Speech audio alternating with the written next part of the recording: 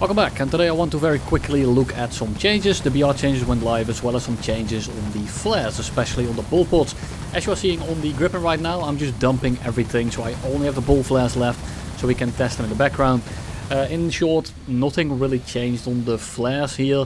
They do burn quite a bit shorter and not as hot, but when it comes to the IRCCM missiles, in practice nothing really changed. The BOL pods are only really different against R73s. And that is now you actually need to cut your afterburner. Against A9Ms, nothing really noticeably different with the R73. If you have the afterburner on and you only have the BOL pods, they're simply not hot enough and they will just fly straight through it. If you do have large caliber countermeasures, of course, it will be fooled.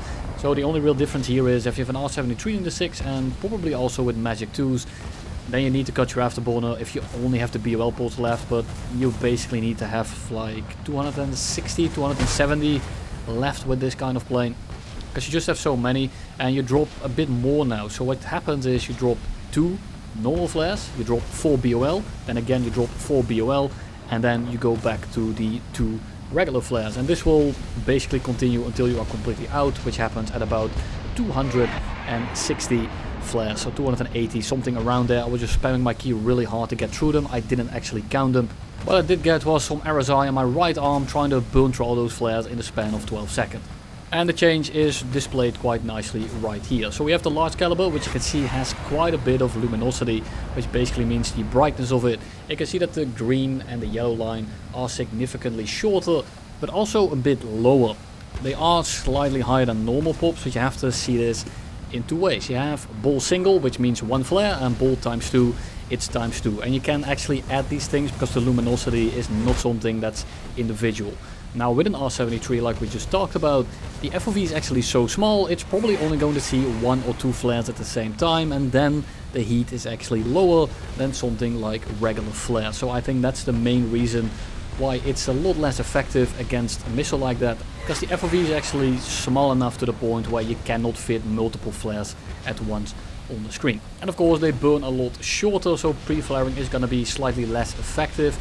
It's still going to work, of course, but the main difference in the grand scheme of things is essentially that you will burn through them quicker, because you now drop 2 large, 4 ball, 4 ball, 2 large, 4 ball, 4 ball. And if you are running mixed, it's actually even worse, because you are going to pop 4, then 8, then 8, then 4, then 8, then 8, then 4. So the pattern, you're going to burn through them quicker. You are not going to be able to spam them nearly as long, and they are not going to be airborne as long. So they are going to be less effective overall if you are not really paying attention to it, and you cannot just mindlessly drop them as easily. But if you are paying attention, it changes effectively nothing. A missile like that goes through it is simply because the angle was wrong and I didn't flare it properly, so it's going to end up finding its mark. But I'll just let the clips play in the background, and I'm gonna quickly talk about the battle rating changes. For the most part, nothing really changed. So the P51 went up together with the British Mustang instead of only the British one.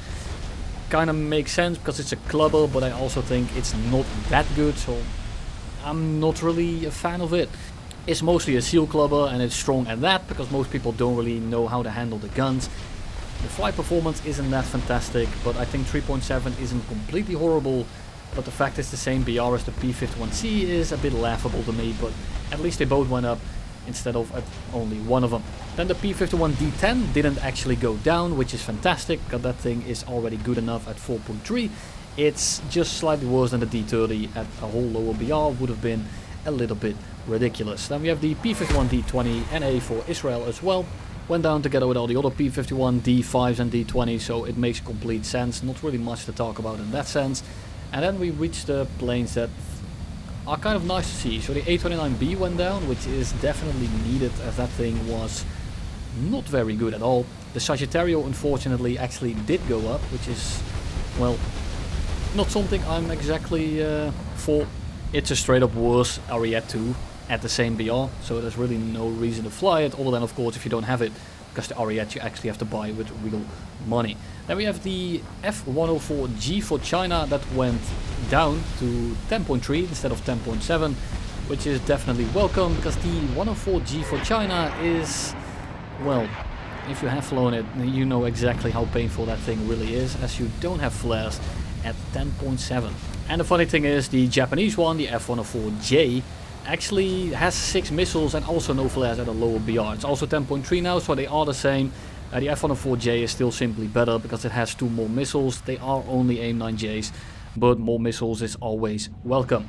Then we see that the F5Es actually ended up not going up at all. I think them going up would be completely fine. People say that it's unfair to fight F16s, but they then tend to forget that 9.7s now have to fight F5Es.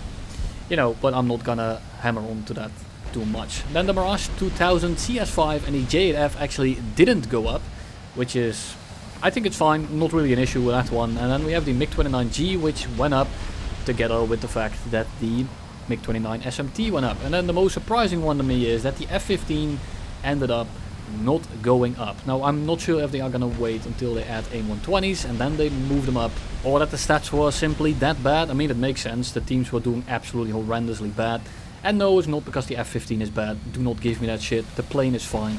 It is definitely harder to fly than something like the Su-27 though, because with the Su-27 you kind of just let all the missiles do the work, and with the F-15 you actually have to kind of utilize the airframe, so I understand why it's flown much worse, but I still think that this thing needs to go up together with the F-16C, as I think they are pretty closely matched when it comes to the performance overall. And that's basically all. I don't think I missed anything. If you want to see the changes, they are all in the description. The ones that are marked blue or the ones that are marked red are the new and the old edition. So if you are just wondering what is new and what isn't, and you just want to have a quick overview, just click the link. Also have the tanks and the ships as well in that link.